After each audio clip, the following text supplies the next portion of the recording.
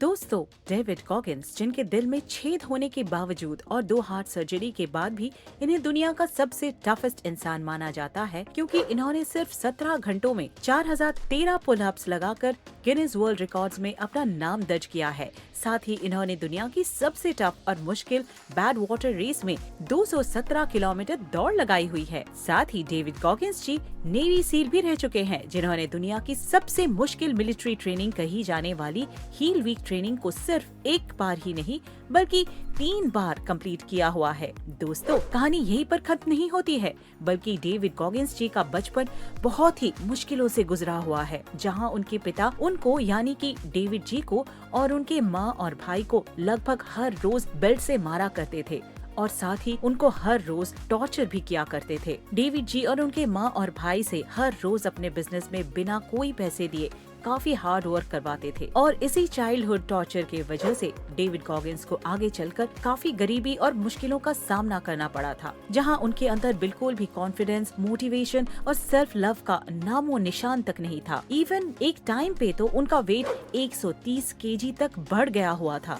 उन्हें ना ही खुद की लाइफ पसंद थी और ना ही वो खुद को पसंद करते थे। लेकिन एक दिन उनका माइंडसेट ऐसे बदल गया कि जो इंसान खुद को दुनिया का सबसे बड़ा लूजर इंसान मानता था, वही इंसान आज ultra marathon runner, ultra distance cyclist, motivational speaker और एक ऑथर भी है। डेविड गॉगिंस चाहते हैं कि जैसे वो खुद एक नॉर्मल इंसान से एक एक्स्ट्रा ऑर्डिनरी इंसान बने हुए हैं, ठीक वैसे ही बाकी लोग भी अपनी लिमिट को पुश करके अपने हायर लेवल को अचीव कर पाएं। इसीलिए उन्होंने अपनी New York Times best selling can't hurt me book को लिखा हुआ है। कांट हर्ट मी बुक में आपके लिए क्या है?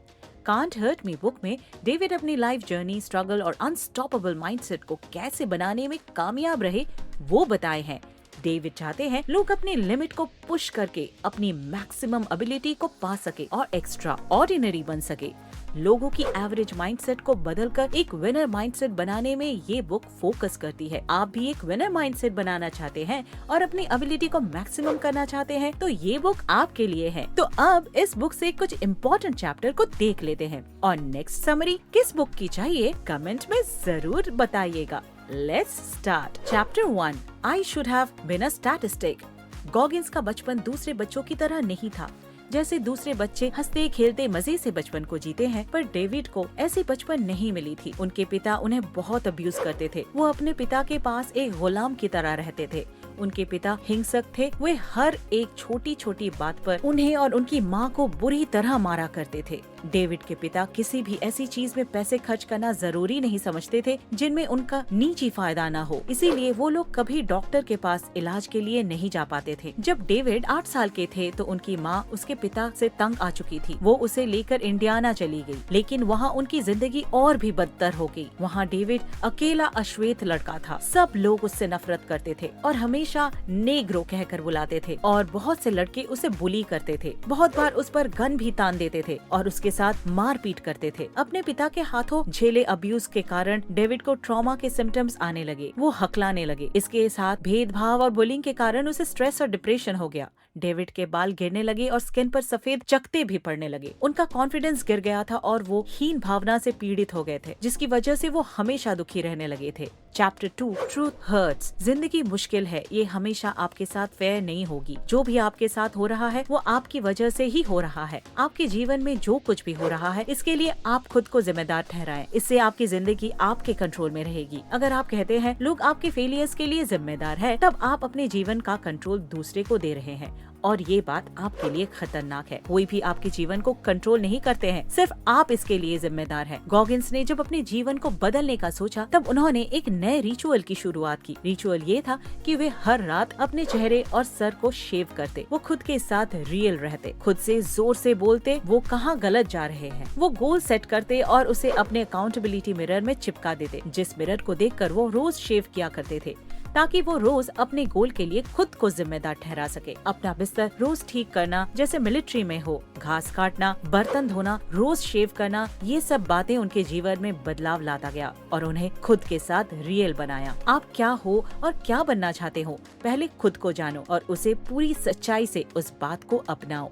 अगर आप मिरर में देखते हो और आपको एक मोटा इंसान नजर आता है तो ये मत कहो कि मुझे कुछ वजन कम करना है, बल्कि पहले खुद को वैसे ही एक्सेप्ट करो जैसे आप हो। अब कदम उठाओ खुद को बदलने की तरफ, यानी एक्सरसाइज करना, रनिंग करना शुरू करो। खुद को चैलेंज करो और एक पर्पस के साथ एक्शन लेना शुरू करो। Chapter 3 the impossible task. David ने खुद को डिस्कम्फर्ट खोजने में ट्रेन किया। डेविड जब तक अपने स्टैंडर्ड पे खरे नहीं उतरते तो वो अकाउंटेबिलिटी मिरर को फेस कैसे करते। इसीलिए ये चीजें उन्हें ट्रैक पे बनाए रखने में मदद करती रही। रोज अकाउंटेबिलिटी मिरर को फेस करना, खुद को फेस करना उन्हें हमेशा अनकंफर्टेबल सिचुएशन से लड़ने के लिए प्रेरित करता रहा।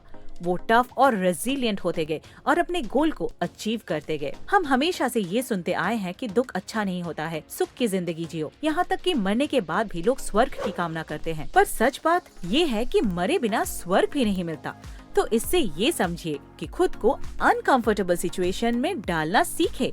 लोहा तपेगा नहीं तो ढलेगा कैसे। इसीलिए गॉगिंस कहते हैं हमें अनकंफर्टेबल सिचुएशन से प्यार करना चाहिए।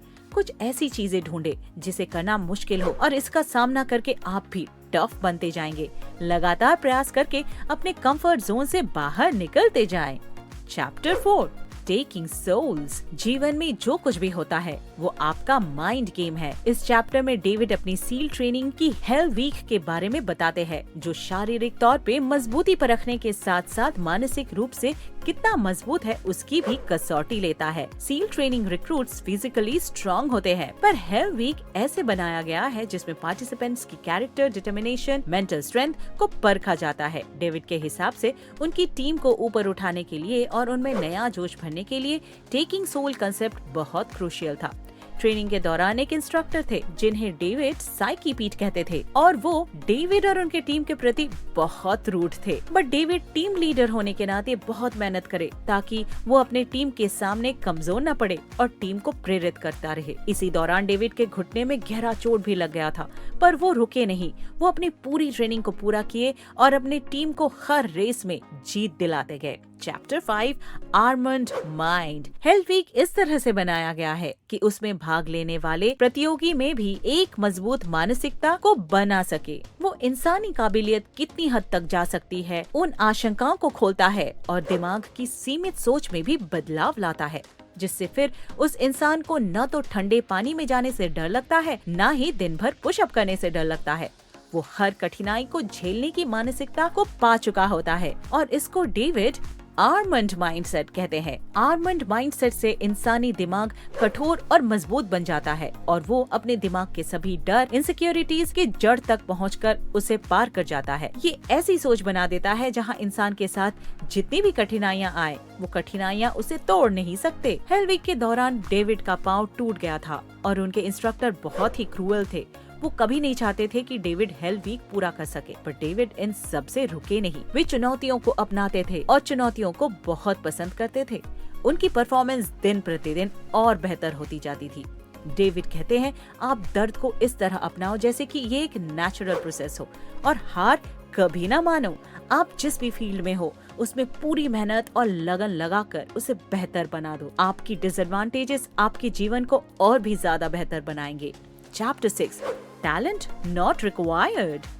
इस चैप्टर में गॉगिंस 40% रूल्स की बात करते हैं। अधिकांश लोग अपने एबिलिटी को 40% ही इस्तेमाल करते हैं। लोग 40 घंटे के वर्क वीक में सेटल हो जाते हैं, पर हकीकत तो ये है कि एक सप्ताह में 168 घंटे होते हैं। इन समय का सही उपयोग करें, अपने फिजिकल फिटनेस पे ध्यान भी दे और एक्स्ट्रा टाइम अपने काम में दे। अपने खान पान को सरल और स्वस्थ बनाएं और परिवार को क्वालिटी टाइम दे।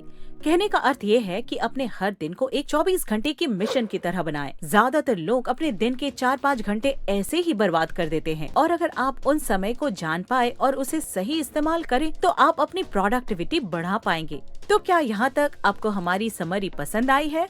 पसंद आई हो तो लाइक एंड सब्सक्राइब करो और इस समरी को जिसे जरूरत हो उसे भेजो। अब मिलते हैं नेक्स्ट वीडियो में। अभी के लिए बाय बाय।